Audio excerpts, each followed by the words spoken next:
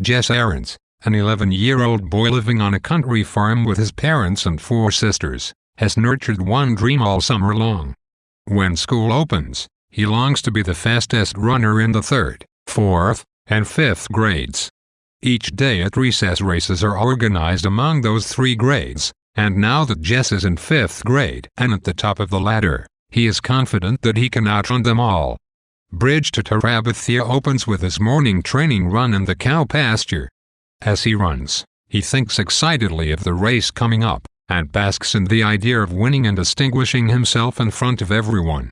He pictures the amazement of his schoolmates and the admiration of his family. However, he is called sharply back to reality when his mother calls him into breakfast, complaining that he has run too long and will have to milk the cow when he has finished breakfast. Coming into the house, he is heckled by his mother and whined at by his older sisters, Ellie, the oldest, and Brenda, the second oldest, who make nuisances of themselves in general by pestering their mother for money for school and bickering over the chores. We also meet Mabel, Jesse's 6-year-old sister, who admires Jess a great deal and gets along better with him than do the others, and Joyce-Ann, his 4-year-old sister, who is young enough to be simply a pain in the neck. Brenda and Ellie coax money out of their mother for back-to-school shopping, which leaves Jess to do all the chores. As usual, he thinks grumpily. At the end of the chapter, Mabel brings Jess the news that a new family is moving into the old Perkins place, which is the farm next door to theirs.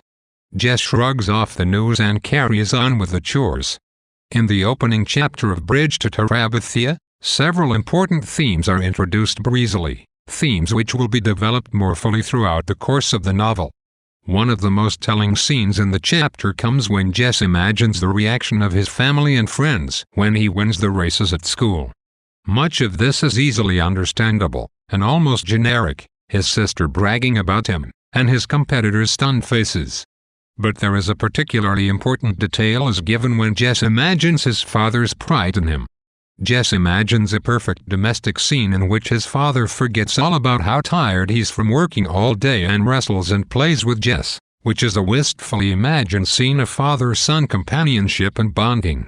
He finishes by saying old Dad would be surprised at how strong he'd gotten the last couple of years, clearly demonstrating that Jess has not shared such a scene with his father in quite a while.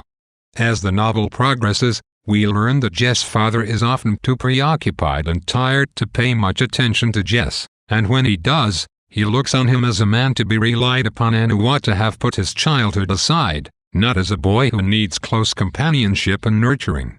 All this is encapsulated in Jess's desire to win the race and show his father that he is at once a man capable of competing athletically and a boy deserving of praise.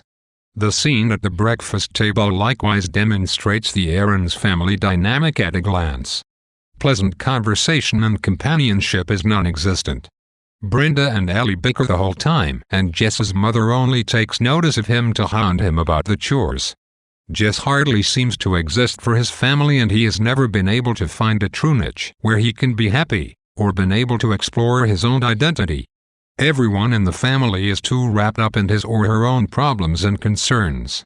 Jess is shown to be somewhat adrift, searching for his own identity as he approaches puberty, but unable to find himself amid the concerns and annoyances thrust upon him by his family. This is Jess's situation before meeting Leslie. Ironically, he pays little attention to the arrival of her family in the house next door, but her advent will provide the solution to many of Jess's problems.